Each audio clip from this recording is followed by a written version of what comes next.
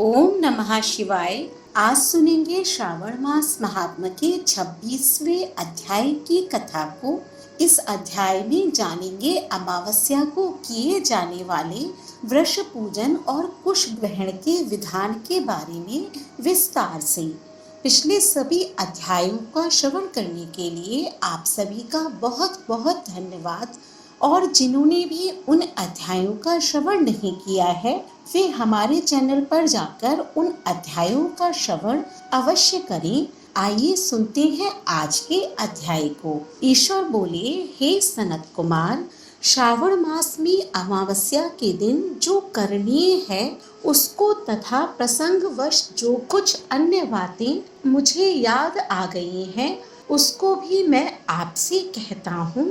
पूर्व काल में अनेक प्रकार के महान बल तथा पराक्रम वाले जगत का विध्वंस करने वाले तथा देवताओं का उत्पीड़न करने वाले दुष्ट दैत्यों के साथ मेरे अनेक युद्ध हुए। मैंने शुभ वृषभ अर्थात नंदी पर आरूढ़ होकर संग्राम किए, किंतु महाशक्तिशाली तथा महापराक्रमी उस वृषभ ने मुझको नहीं छोड़ा। अंधकासुर के साथ युद्ध में तो नंदी का शरीर विदीर्ण हो गया था, उसकी त्वचा कट गई, शरीर से रक्त बहने लगा और उसके प्राण मात्र बचे रह गए थे। फिर भी जब तक मैंने उस दुष्ट का संहार नहीं किया तब तक वह नंदी धैर्य धारण करके मेरा वहन करता रहा।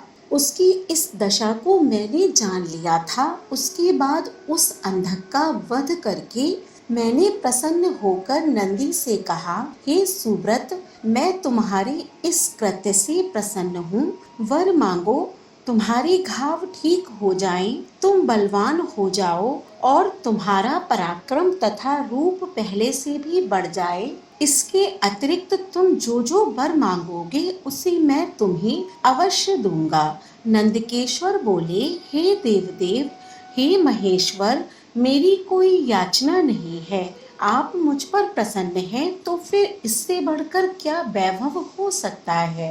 तथापि हे भगवान, लोकोपकार के लिए मैं मांग रहा हूँ। हे शिव, आज श्रावण मास की अमावस्या है जिसमें आप मुझ पर प्रसन्न हुए हैं।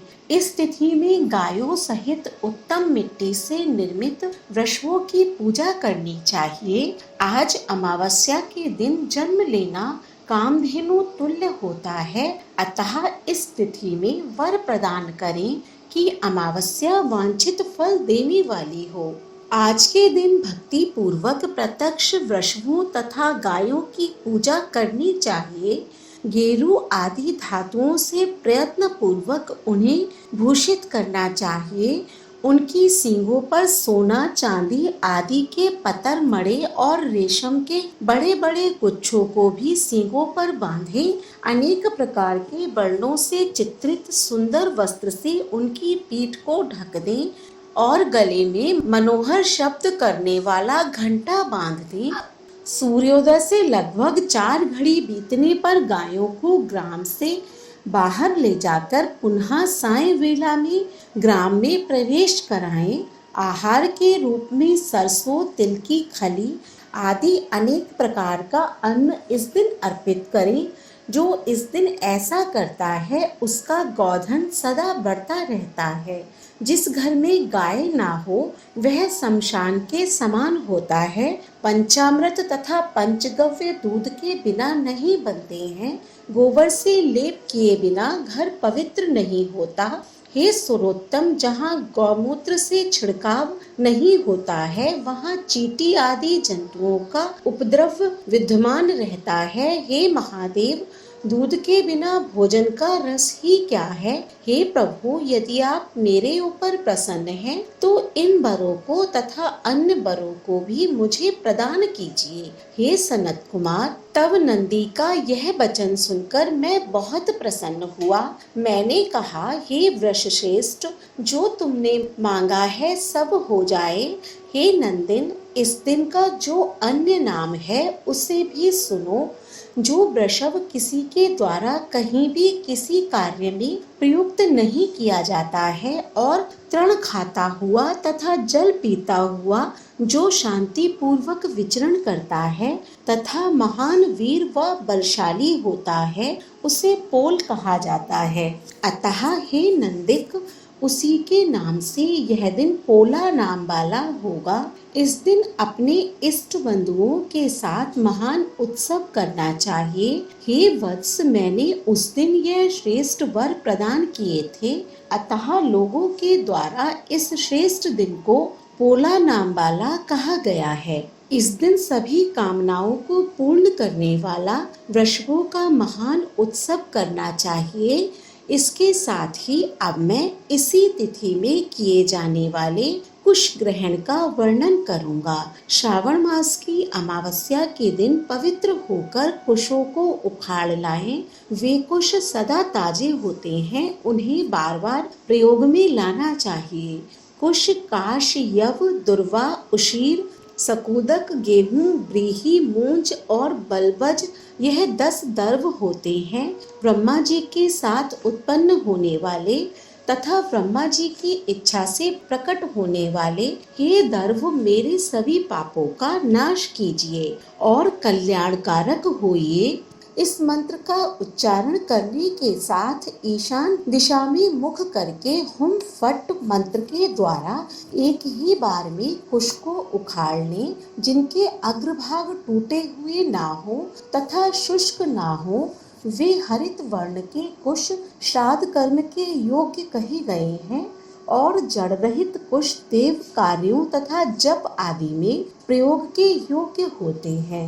7 पत्तों वाले कुश देव कार्य तथा पितृ कार्य के लिए श्रेष्ठ होते हैं। मूल रहित तथा गर्भयुक्त अग्रभाग वाले तथा 10 अंगुल प्रमाण वाले 2 दर्भ पवित्रक के लिए उपयुक्त होते हैं।